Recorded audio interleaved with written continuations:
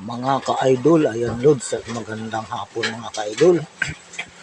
Late upload na naman tayo kay Lods, at ito Lods, dyan yan Lods kahapon sa sa dyan kami nagtalok sa talokan ni Kuya Abong Hitonis Kunsyal.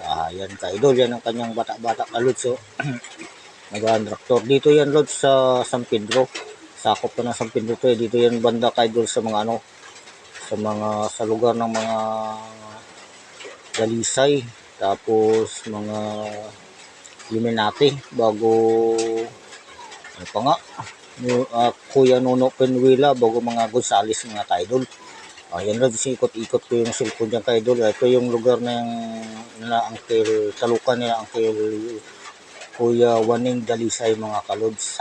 Yan Lods, palakad-lakad ako dyan. Mga bandang alas 2 na nga po niyang ka-idol, kaya lang Lods medyo maingay ngayon ang pagkasalita kasi maingay ang yero ka-idol.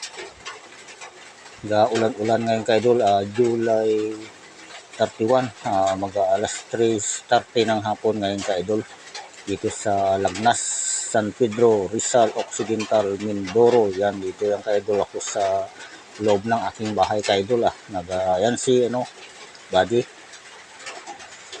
Buddy Tutoy, yung ni Boss Abong, ang kanyang tao sa talukan. Ayan Lods, at spot ako dyan ka-idol, palakad-lakad dyan. Ayan yung si Mayong rumbanda gauwi ang banda.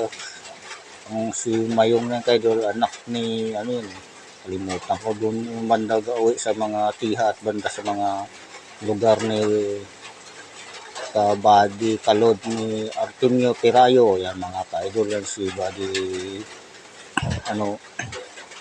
Mayong. Yan Lods, mabilis yan Lods magtalok. Yan lagi ang nag-auna Lods, nagtalok sa amin tuwing maglusong umaga o alauna ng hapon sa hanggang pisa.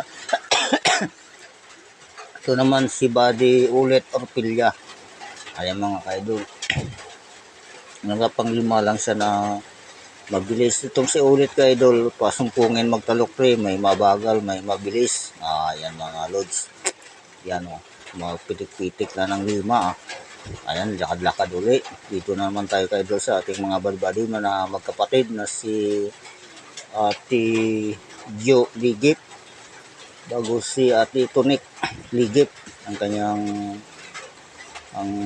kanyang ate. Ito matanda to ka-idol, itong nakaburitong si nakadilaw na jacket yan, si Kabisi Jo Ligip. Good sen ka-idol, kung magkuha ka ng tampa dyan, pagbigyan ka talaga yan. Pero pag nagkamali ka ka-idol na